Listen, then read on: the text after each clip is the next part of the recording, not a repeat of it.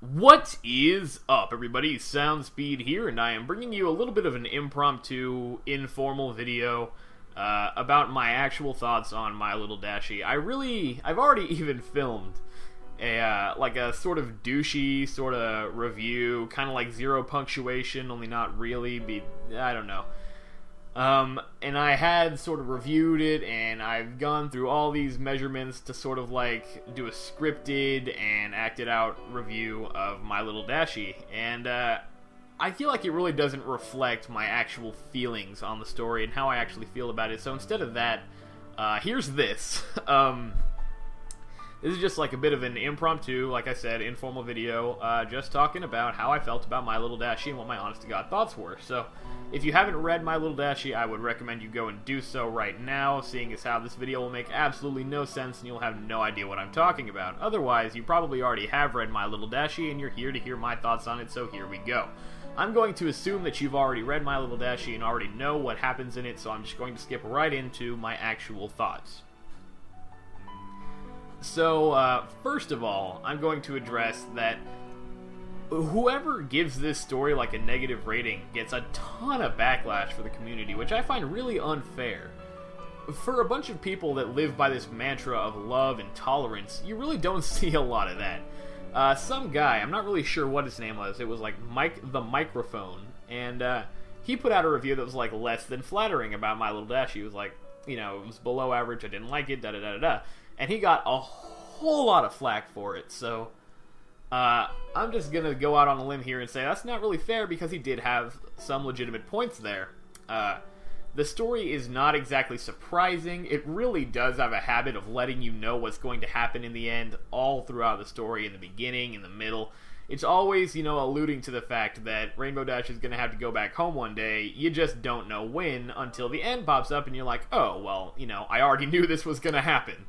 And that kind of takes a lot of the impact out of the ending, you know, essentially having Celestia show up and just, like, steal Rainbow Dash from this dude who's worked so hard for 15 years, and leaving him with nothing but a note and a photo album. And, oh my god, what a douche move. But, okay, I'll just let Celestia have the benefit of the doubt on that one and say that she knew what she was doing. I really don't want to say that because she really did act like a kind of like a pretentious douchebag in the story. She shows up, she's all smug like she knows what's going on, and then suddenly, whoa, man, there was some bombshells dropped today. So, what did I think of the actual story? I thought it was pretty well written. It wasn't spectacular. It didn't go into, like, extreme, like, minute detail like something like Cupcakes would. But then again, I really, really have to praise it for being a unique and original fanfiction. You don't see a lot of that. Pretty much everything out on the market is, like, uninspired shipping fanfiction or, like, a Cupcakes clone, and none of it's, you know, really good or worth reading. Or, I'm sure there is, like, some really small portion of My Little Pony fanfiction that's actually worth a look, and this is definitely one of those. I'm just saying that the majority of it does not have a lot of talent put into it. This, on the other hand, does offer a lot of stuff that a normal fanfiction doesn't. It has an actual theme, it has the theme of closure, it's introduced at the end, and it's really effective, that theme of closure. It's also got a, what would you call it? It uses symbolism with the paintings and the rainbows and all the things that you go through with those sort of symbolistic things. But the thing I think is the most clever and the absolute best thing that this writer did, and why everyone loves this story so much, this guy left the main character completely ambiguous. You don't know his age, you don't know his name, you don't know his location, you don't know anything about this guy other than, like, bare bones minimum that his parents died, and that's pretty much it. His parents died and he's sad. The rest of it is left as like a fill-in-the-blank sort of deal. And what this effectively does is it places the reader, it places you as the protagonist. You are filling in his shoes. And that is what makes it so effective, because at the end, you feel like someone took your Little Dashie.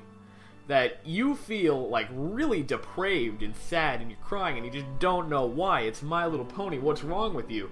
But the thing about it is that you were the one who filled in the shoes of the protagonist. You just kind of imagine yourself subconsciously as the guy that's getting robbed, essentially, of your child. And it really was his child, like 15 years in the making. That is, I mean, that's a big deal.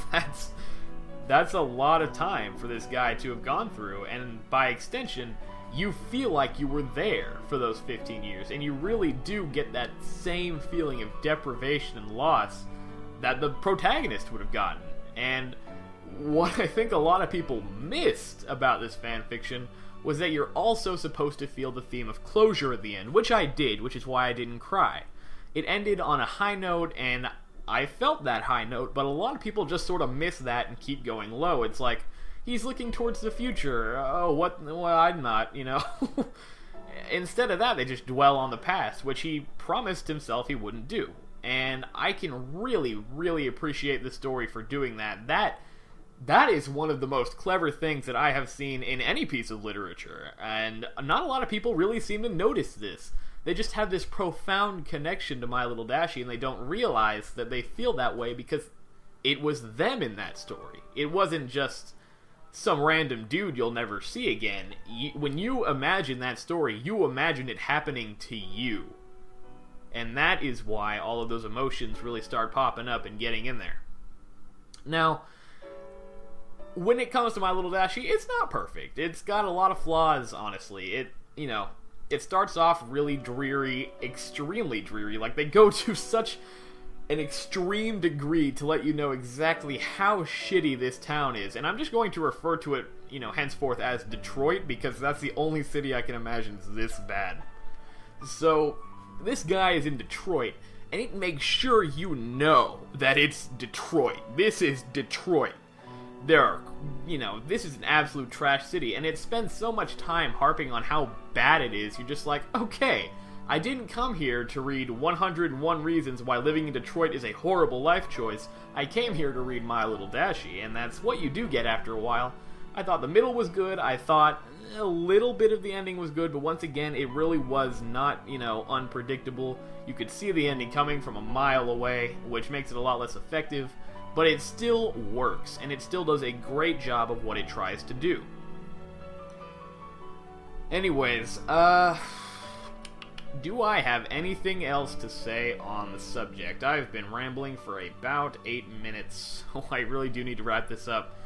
I would definitely recommend that you check out My Little Dashie if you haven't already. It's a great fanfiction. It really is the best that I've read so far, but that's not saying a lot because I've only read Cupcake, Sweet Apple Massacre, and Trixie's Funhouse, none of which are actually known for being exceptionally good. Other than Cupcakes, of course, but then again, even Cupcakes wasn't all that good. I mean, Cupcakes really, it had a lot of shock factors for it, but as far as the actual, content goes, it really isn't that good. I mean, it's well written enough to the point where you get a lot of that, and there is a lot of minute detail, which is good, but it doesn't have, any themes, it doesn't have any real plot behind it.